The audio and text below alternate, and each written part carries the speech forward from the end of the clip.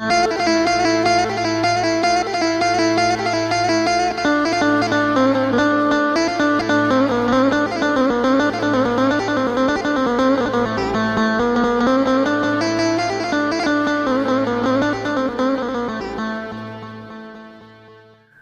saja. Ini kalau tamak serius saja, kalau tamak rakus itu. Itu manusiawi, pengen 2, pengen punya 3, pengen 4. Gitu kan ya? Tapi kalau seandainya dalam pencarian dia itu tidak rakus, dia tahu diri, ada pengereman, apa? Yaitu agama kita, kan begitu. Maksudnya apa? Ibadah jangan ditinggal, ngaji jangan sampai dilewati. Nyari mah nyari, ingat waktu, kan begitu ya. Kalau orang rakus tamak nggak inget tuh. Dari pagi sampai sore apa malam. Udah, itu udah cari. Udah dapat 2, 3, dan seterusnya, dan seterusnya. Itu seakan-akan nggak ada habisnya. Nanti begitu udah celentang, cengap-cengap, nggak ada kemampuan apa-apa, alias sakitnya stroke, baru ngomong. Tobat, doain ayah dah. Kalau sehat ntar mau ke masjid, sehat mau ngaji. Ada nggak orang begitu? Banyak. Serius, saya kemarin begitu diparanin. Saya mau sholat ke masjid tuh, ya kan. Terus ketemu ibu-ibu. Dia bilang, Pak Ustadz, si ini pengen ngaji, udah gabung aja, tinggal milih, gitu kan. Malam apa? Nggak usah jalan, stroke. Pengen baca Quran. Oh, baru inget saya, itu anaknya. Masih muda lah, 40-an paling umurnya. Masih muda. Stroke, begitu kan ya. Ya maaf ya, dulunya emang kagak inget tuh ya. Ya kan? Akhirnya ya saya nggak bilang, dulu kemana aja. Malah ngomel. Ya harus bijak juga kita bilangin, Bu, saya nggak bisa kalau secara privat. Maka yang lebih baik udah di rumah aja, mohon sama Allah. Bacanya ya bisanya apa? Baca sholawat, cikiran, mohon sama Allah. Banyak istighfar. Begitu orang udah stroke susah ya. Ya. Ini mah contoh ya kan, dan contoh itu memang fakta, ada banyak yang seperti itu. Nah, kita alhamdulillah kalau Allah ketuk hati kita, Allah setir hati kita mau hadir di pengajian ini, mau hadir sholat berjamaah, mudah-mudahan istiqomah. Amin. Karena belum tentu mereka diberikan oleh Allah. Ini namanya hidayah. Hidayah adalah anugerah, nikmat yang paling besar. Amin ya robbal. Nah, jangan sampai kita itu punya sifat rakus, tamak. Sebab kalau udah didapat tadi itu, mencarinya dengan sungguh-sungguh bagaimana bisa dia dapat. Maka pertama sih barangkali dia ada rem halal haram. Karena tujuannya biar bagaimana supaya dapat, maka halal haram udah nggak diindahin lagi. Yang haram yang haramnya susah, apalagi yang halal. Paham gak tuh? Ya. Yang haram aja susah, apalagi yang akhirnya diembat juga yang haram. Paham? Karena apa? Tamak rakus. Kalau udah dapet pun, maka sayang buat apa? Buat infak, buat sedekah, nolong orang, kan begitu ya? Karena apa? Diaslinya dengan sungguh-sungguh, seakan-akan dunia buat dia adalah segala-galanya. Maka itu lawannya apa? Kona apa? Menerima pembagian Allah. Maaf, kita nggak sama ekonominya, gitu ya? Rezekinya nggak sama, padahal udah nyari. Ada yang nyarinya santai di rumah, ongkang-ongkang kaki, pagi cuman jogging, ya nggak? Mandi tintin burung sampai sore. Ya. Ada nggak begitu? Ada. Rezekinya alhamdulillah lancar, anak bininya cakep, anaknya seger-seger, kontrakannya banyak. Jangan ngiri, itu kan udah rezeki dia, ya nggak? Sekarang banyak orang nyari Allah berikan rezeki yang mudah, gampang. Ya, jadi apa? Jadi YouTuber. Betul kagak? Kerjanya cuman begitu doang. Iya, akhirnya sampai belikan kita nggak masuk akal, nggak ada manfaatnya maksud saya. Ketimbang monyet, harimau, ular dia beli. Betul nggak? Ada kagak? Ya nggak usah ditunjuk, kan begitu. Jangan ditiru sama kita, begitu ya. Nah, kalau kona'an nih, kita mah tetap ikhtiar usaha. Ikhtiar usaha itu wajib. Nggak boleh kita cuman ya Allah gampangin, mudahin rezeki, sholat duha, baca waqiah, kaki nggak ngelangkah, nggak ikhtiar, nggak boleh begitu, ya kan? Doa doang. Ikhtiar usaha itu wajib, walaupun jalan kaki kemana kek, mau kerjanya apa? Kalau cuman keliling-keliling doang, kali aja ya nggak ketemu temen, ngapain ke sono? Mau tolong bantuin gue yuk, ada proyek, kan begitu, ya kan? Ketimbang di rumah aja, itu. Jadi ikhtiar itu wajib, walaupun ikhtiar itu ringan, mudah, gampang, kecil, gitu kan ya. Setelah itu iringin dengan doa, kan begitu.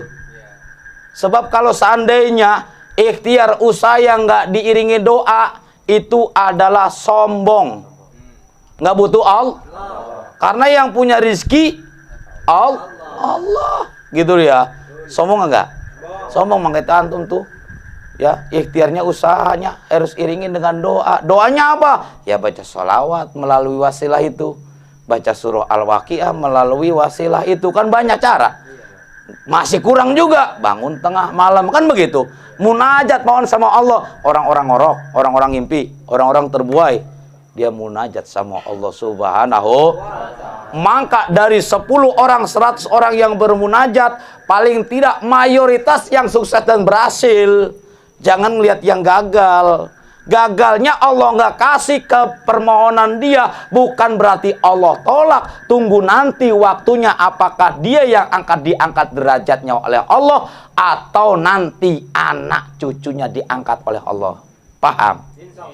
Banyak orang yang begitu, serius saja. Banyak orang begitu. Emak bapaknya ahli ibadah, ya. Malamnya munajat, bangun tengah malam.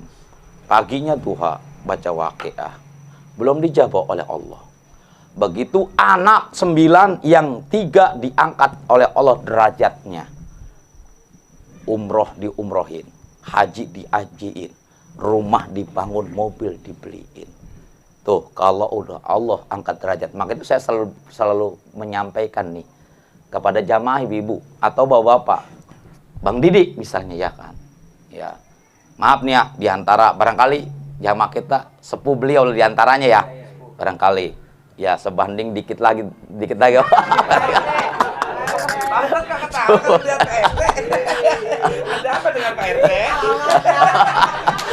Ini sih contoh, ya kan, serius. Iya, nggak apa-apa. Maksud saya kelihatannya pasif. Dalam apa? Dalam ikhtiar, dalam berjuang untuk masalah ekonomi. Tapi jangan kecil hati berdoa. Apalagi ini bulan haji. Pengen nggak kita melaksanakan ibadah haji? Pengen kagak? Pengen. Tapi jangan pesimis, tetap berdoa. Syukur-syukur. Labbaik Allahumma labbaik. Gitu ya. Labbaik la syarika laka labbaik. Innal hamda wa ni'mata laka wal mulk la syarika lak. Banyak orang yang rindu sama Ka'bah, rindu untuk berziarah ke makam Rasulullah. Tahu-tahu padahal usahanya gojek, usahanya sol sepatu, usahanya tukang kebun. Tahu-tahu Allah ngetuk sama hati dermawan, apakah itu bosnya atau mungkin orang kaya. Pak, Bapak mau nggak berangkat haji? Bapak mau nggak berangkat umroh? Mau bener. Ini apa? Dari Allah Subhanahu wa Ta'ala menjawab doanya. Betul. Kalau antum bisa juga nanti anaknya, bisa juga cucunya. Amin ya robbal. Saya contoh doain aja, doain ya. Saya bilang serius. Insya Allah keluarga dari istri saya berapa? 19 orang berangkat umroh bareng-bareng. Amin. Tuh, paham ini? Ya. Jadi ya saya juga mohon doanya, mudah-mudahan ini di skip ya videonya nih ya. Ya. Bisa diatur. Ya saya berharap mudah-mudahan sih pengen saya ya pengen berangkat haji, pengennya mah haji furoda Bang. Ya kalau kemarin ditawarin 150 ya mudah-mudahan ada rezekinya. Amin. Gitu. Kalau menunggu antrian kan lama saya. Insya Allah tahun 2035. Berarti berapa tahun lagi tuh ya, lama. Ya, pengennya sih minta sama Allah disegerakan. Ini doa dan juga usaha. Nah, antum juga sama. Ayo, mumpung masih muda, mumpung produktif, mumpung bisa menghasilkan. Jangan cuma niat, Ustadz dari kemarin dulu saya udah niat bertahun-tahun sampai sekarang belum melaksanakan. Niat itu makrunatan bi amal. Diikut sertakan dengan amal, dengan perbuatan, nabung. Kemana Bank Mandiri Syariah atau Bank Syariah? Baru kan ada tuh ya.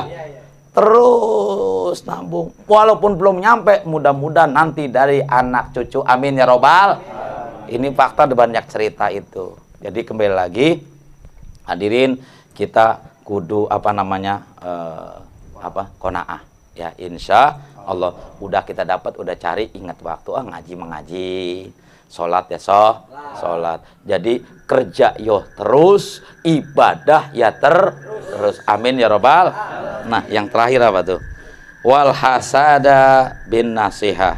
Hasudnya, hati-hati nih. Wa huwa tamani zawali nikmatil mahsud ilal hasadi. Orang hasud itu, orang dengki itu adalah orang yang berharap agar nikmat orang yang didengkiin, nikmat saudara kita yang kita nekin, yang kita dengkiin, agar berpindah kepada yang menghasut atau kita, bahasanya. Itu orang hasud tuh. Misalnya, bahasa ngomongnya gampangan simpelnya nih. Orang hasud dengki nih, sama siapa aja? Mak, itu kemarin saya dijawab, ditanya tuh ya. Itu Pak Ustadz, kemarin yang meninggal syahid itu, ya kan? Menurut Pak Ustadz bagaimana? Namanya orang meninggal ya. Pro kontra, pandangan pendapatnya berbeda. Nah, kita mah husnuzon aja. Baik sangka, kita doain siapapun saja umat Islam yang meninggal, walaupun dalam keadaan salah, dalam tidak benar, di tempat yang salah, di tempat yang tidak benar, kita doain mudah-mudahan husnul khotimah. Amin. Masalah kita kan nggak tahu. Ya, begitu sakaratul maut datang sama dia, malaikat Israel mau jemput nyawanya, dia langsung mengucapkan la ilaha illallah. Man kana akhiru kalamihi la ilaha dakhalal jannah. Siapa yang akhir hayatnya mampu mengucapkan kalimat la ilallah pasti masuk surga. Jadi itu tadi kita kudu tawaduk tuh ya. Jangan memandang, maaf nih ya saya bilang, kadang-kadang di kampung kita nih, dia Islam lah ya, apa orang tua kita barangkali ya, tapi maaf nih, kadang-kadang ibadahnya kurang, atau kita ngelihat nggak ikut ngaji, nggak ikut sholat jamaah, atau mungkin sewaktu-waktu. Jangan menjas calon neraka, belum tentu. Terus kita nggak ada respect, nggak ada simpatik, begitu meninggal dunia, udah orang wala-wala. Di kampung kita begitu kagak? Hati-hati, ini ada cerita nih saya bilang. Ada cerita. Cerita siapa? Cerita tentang Nabi Musa alaihissalam. Jadi Nabi Musa dapat firman dari Allah, wahai Musa, kau urusi jenazah kekasihku yang saat ini disia-siakan dan dihinakan oleh kaum Anu. Kau berangkat ke sana, kau cari, urus itu jenazahnya. Kalau bahasa kita mah disolatin gitu ya. Dimandikan, terus dikafani, disolatin, dikubur dengan badannya. Ama Nabi Musa bener dicari. Gitu kan. Begitu dicari di kampung Anu, dia tanya, ada nggak meninggal di sono yang istilahnya dibuang ke tempat kotoran konta? Ada no di sono no. Ditanya mana Musa, kenapa kalian melakukan seperti itu? Padahal itu adalah manusia. Apa jawab mereka? Ini orang adalah orang hina, nggak pernah ibadah, wala-wala. Bagaimana mau kita urus, kan begitu ya? Akhirnya dia buang aja begitu seperti binatang. Akhirnya Nabi Musa, karena ini perintah dari Allah bahwa itu adalah kekasih Allah. Kenapa? Karena pada waktu meninggal dia itu bertobat kepada Allah, mengucapkan kalimat la ilaha illallah. Karena Nabi Musa, pengikutnya Nabi Musa, masalah tauhid sama kalimat la ilaha illallah diurus oleh Allah, minta sama Nabi Musa. Ini contoh, paham ya? Ya, ini ada ceritanya saya ngomong begini, bukan ngarang ya.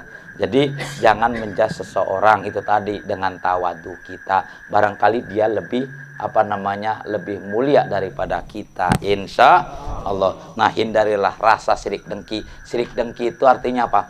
Orang dapat nikmat, kita sakit. Paham nggak? Lah iya, orang dapat nikmat, ya kan? Kitanya meriang. Banyak gak begitu? Orang, atau bahasa gini, orang ono gembira, kita yang sakit, ya kan gitu. Kalau orang yang sakit, kita kalau ada rasa begitu, hasut diri kita. Paham? Jahat. Makanya dibilang tadi kemarin ya, orang itu mati syahid apa enggak? Udah kita khususan aja. Insya Allah mudahan kita dan mati syahid.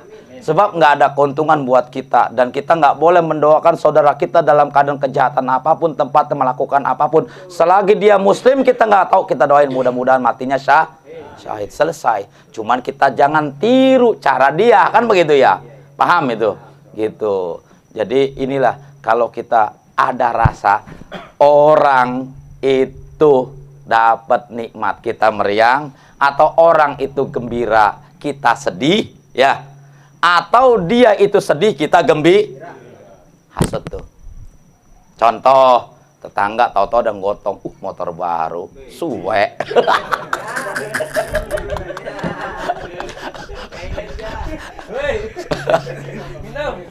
Nih, serius kalau masih ada yang begitu ya, maaf nih, kudu dibenerin di atas sendiri ya. Kita ngaji nih. Kalau ada tetangga kita orang kenal, dia dapat nikmat, dia anugerah bentuk harta, kemuliaan dan lain sebagainya, kita merasa nggak senang, berarti ada hasut. Padahal orang itu nggak ngapa-ngapain, nggak pernah punya masalah apa sama kita. Ya, sakit sendiri. Hasut, ya Allah ya Karim, kita mengerti istighfar ya, astagfirullah. Tuh ama yang begitu kita nggak boleh. Ama orang yang punya masalah aja kita nggak boleh loh. Paham nggak punya masalah? Orang itu pernah kita kita zolimin nih, ya kan? Tiba-tiba dia mendapat musibah. Mampus lu.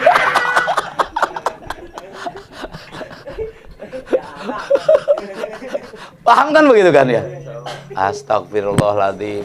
Ama orang yang zolim ama kita aja, terus kita ada hasut, dengki ketika dia dapat nikmat, ketika dia senang, ketika bahagia, maka kita ada kebencian, itu ada hasut sama orang yang pernah zolamin kepada kita. Apalagi orang yang nggak ada masalah sama kita. Paham itu? Hati-hati ya Allah. Maka itu disebutkan innal hasada, sesungguhnya sifat hasut itu apa? Yakulul hasanat, memakan, mengkikis habis daripada kebaikan-kebaikan. Kama takulun nar, seperti api yang memakan hatoba, kayu bakar. Jadi kalau kita ada, padahal nggak ada gerakan kita, nggak ada reaksi, kan begitu ya? Nggak ada tindakan-tindakan, ya. Cuman hati aja hasut. Seperti apa? Api memakan kayu bakar, menghabiskan, mengkikiskan amal-amal kebaikan kita, itu hasut. Hati-hati, sebab kalau orang udah punya hasut, maka bisa melakukan kejahatan. Ini paham, paling ngeri kadang-kadang ya.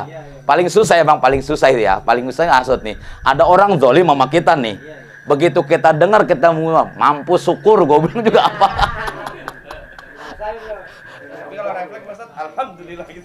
Pada saat itu kita harus istighfar. Astagfirullah, saya salah. Contoh Nabi, ya kan? Paham?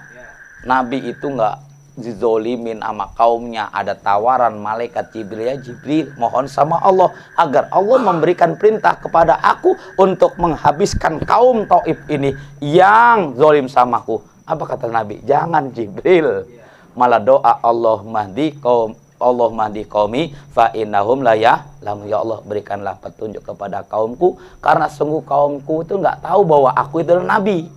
Paham itu ya? Nah, mudah-mudahan kita jangan mempunyai sifat-sifat yang mubah, yang tercela, tapi masukkanlah sifat-sifat mahmudah yang terpuji.